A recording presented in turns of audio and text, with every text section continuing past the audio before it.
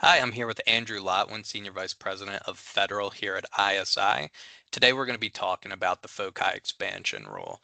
This was published in June 2026, and now with public comment period ending, as well as some stuff we're seeing from the DCSA, we figured it was a timely conversation. So, Andrew, what is the FOCI expansion rule?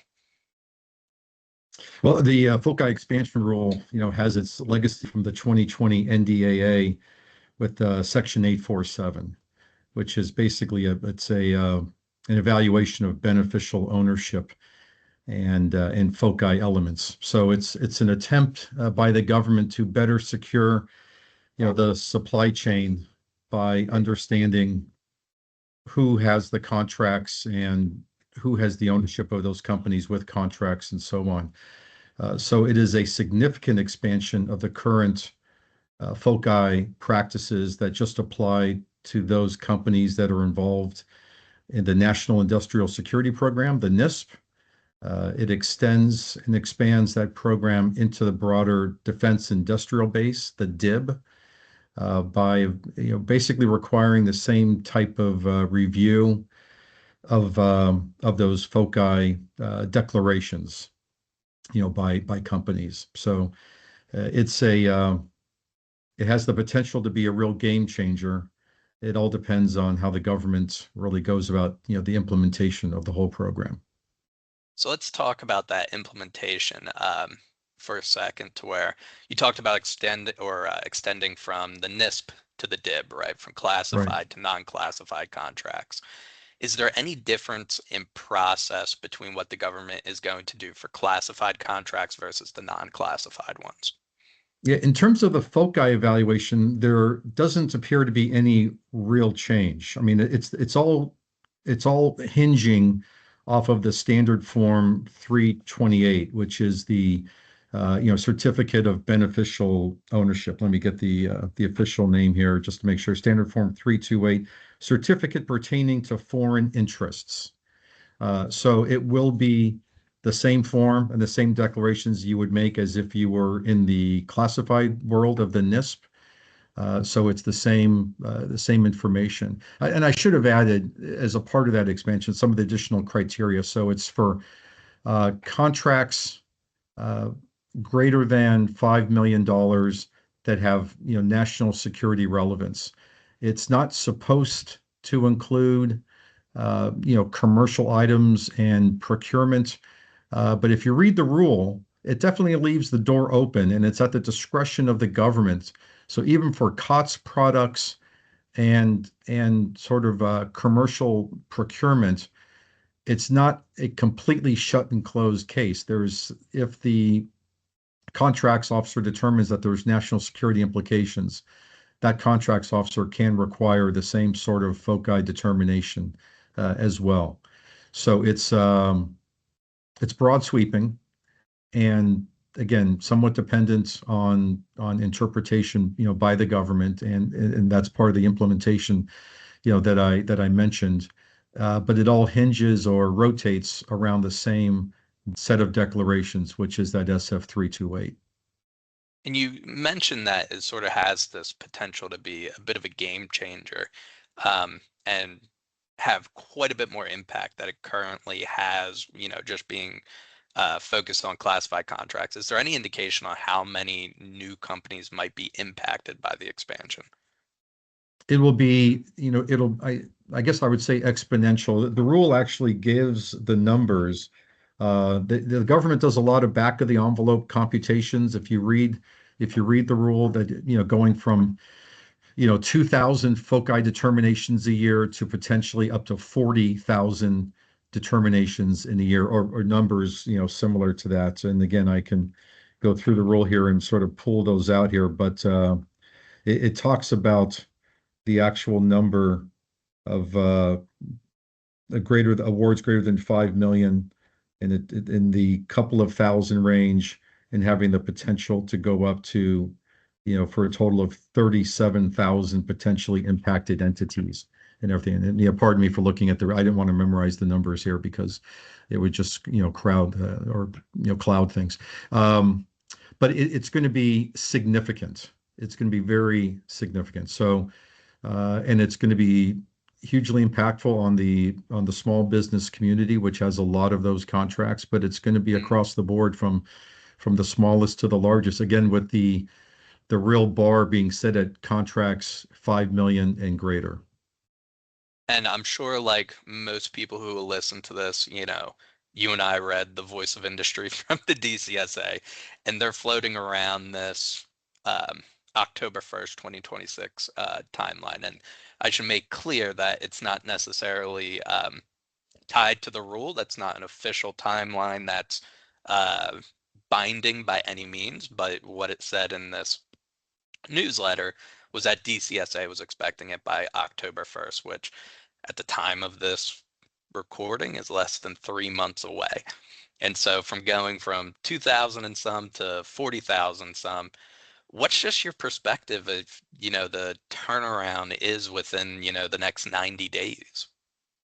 Well, I think it's still going to be a big surprise, given that there was not a huge groundswell of response or even questions to the rule. I think there were less, if I saw the accurate data, there were less than 20 questions Mm, asked for during the public comment period, which either tells me that people either or companies don't think that it applies to them, mm, or completely unaware of it, or are just too busy buckling up to, in sure. anticipation of getting ready to live with this new truth. Now, DCSA has been tracking 847 for a long while. I mean, the Industrial Security Directorate and the entity vetting team in particular have been focused on this. They've been preparing, they've been hiring, they've been, leveraging technology and doing everything they can to position to be, able to manage the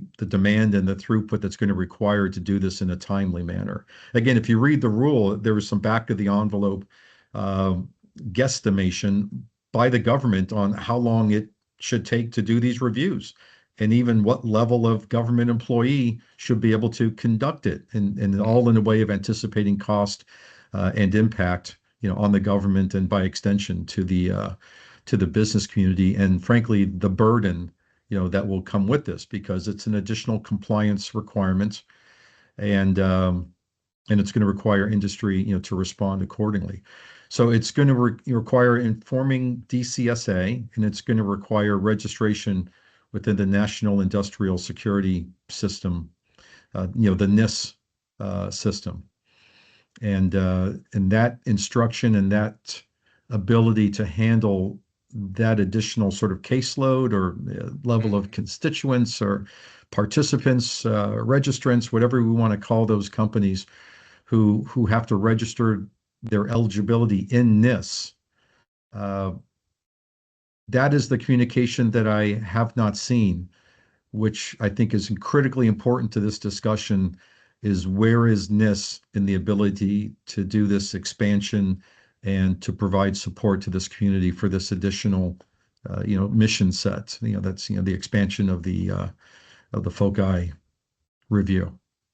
And you bring up NISP, which is a great point. The DCSA released an execution plan, and it says, NI2, which is sort of the second installment of this, might not, or their target date is end of next fiscal year. And now we have FOCI. Is that any reason for concern? And what would you be telling, contractors now who might be up to date and read that? Is that a reason to kind of halt what they're doing, or should they kind of keep trugging along in anticipation for the rule? Yeah, I would absolutely encourage all industries who are playing in the DIB or in the NISP space to continue to prepare and get their information, get their organizational documents, get their org charts, understand their financial position extremely clearly, to be able to enter it into whatever system of record is directed. NIST will come around at some point, whether it's or if it's replaced by something else. The government has made clear their expectation that the industry partners provide this sort of information, to include the actual contact data of foreign investors. If you read the rule, it gets to that level of detail. And companies need to be prepared to respond to direction for FOCI mitigation techniques and to be able to do those in very short order. So I wouldn't want to, base my commercial or financial success betting on the odds that the government's just going to keep delaying it, which, we've all been a part of this. There's a good chance that there will be delays or some sort of extension of dates, for execution of this. But it is a wave coming to shore, and it will crash on shore at some point. And so to bank on that, I think would be sort of a fool's errand. To bet on the fact that you can get away without having to have those artifacts, that are requested in the SF 328, and to not be prepared to respond, to the government's, if there's any mitigation technique required, the ability to do that within 90 days is requires you to be sort of forward leaning. You've got to sort of expect it. And if you think you might be at risk that it's going to get into, again, we don't understand or have access to the government's sort of adjudicative guidelines in terms of modus operandi that goes into making those calls, and in terms of sort of the tradecraft of the FOCI business. And that's okay. That's the government's purview to manage and to execute. But when those directions come down requiring mitigation, 90 days is not a lot of time, depending again on the size of the organization and the number of legal opinions and financial opinions that will go into whatever is directed.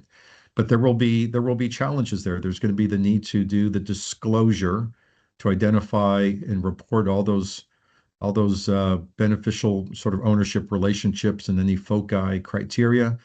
And then there's the need for those that are already doing it to update, NIS in this case, with any changes to that. I mean, companies go through, mergers and acquisitions. Companies hire and fire senior management officials and key management personnel, and need to be able to, again, make those updates and keep that information current, accurate, and complete, and then deal with whatever mitigation results, from those disclosures and updates that may come to the government's attention. And by the way, Tyler, important for folks who are listening, to also, include in their calculus that this includes subcontractor flow downs. Yeah. So if you're a prime, you've got that extended responsibility now in managing your team. And if you're a subcontractor, you're not going to be able to, I hate to say it like this, but you're not going to be able to disguise it or hide under the contractor's, cloak. Yeah. You will be held to the same level of responsibility as the prime. So you could have a big, powerful prime that's a multinational that has all sorts of advice and assistance built into its overhead and its infrastructure. And if you're a smaller, leaner, flatter organization, that does not exempt you from having to perform to the same standard for the purposes of this 847 rule. So there will be, I think, some administrative burden for all involved in this Yeah. activity. Well, and I think we've seen the government really, I mean, especially over the past 5 or 6 years or so, really take that supply chain angle. So I can't say anybody should be surprised, but if we learn anything from the rollout from CMMC or something similar for contractors, subcontractors, there's no harm in being ready early, right? Right. Like you don't want to be caught in a bottleneck of its own. Well, it Yeah, looks I like mean, we're, yeah, yeah, go if ahead, you if Andrew. you read the rule, it's only 6 pages long. The draft rule that came out 7th of May, and it actually spells it out, and then you start to see the same language repeated over and over as it goes through the sections, and it talks about the legislation, and then it gets to the FAR, the DFAR, and then it gets to the sort of to the defense regulations. But you see the same language repeated at Yeah. each level. So the government has done its due diligence in sort of inserting that language at the various levels of oversight and compliance, and to make sure that there's good sort of chain of custody between the executive orders and the legislation all the way down to the DoD or DOW, regulations and implementation expectations. So it's going to be applicable across that frontier from the 5 million and above for anything national security related. As again, there is language that leaves it somewhat open for COTS and commercial purchases. I think it's clear that they want to sort of expedite and make that sort of an easier button to push, but it's not guaranteed. It's at the discretion of the contracting officer.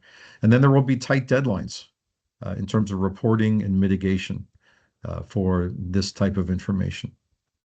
Awesome. Well, Andrew, I appreciate you taking the time and sharing your insights, and keep an eye out for the next podcast, everybody. We'll see you later. Tyler, thanks so much. Appreciate it. Of course.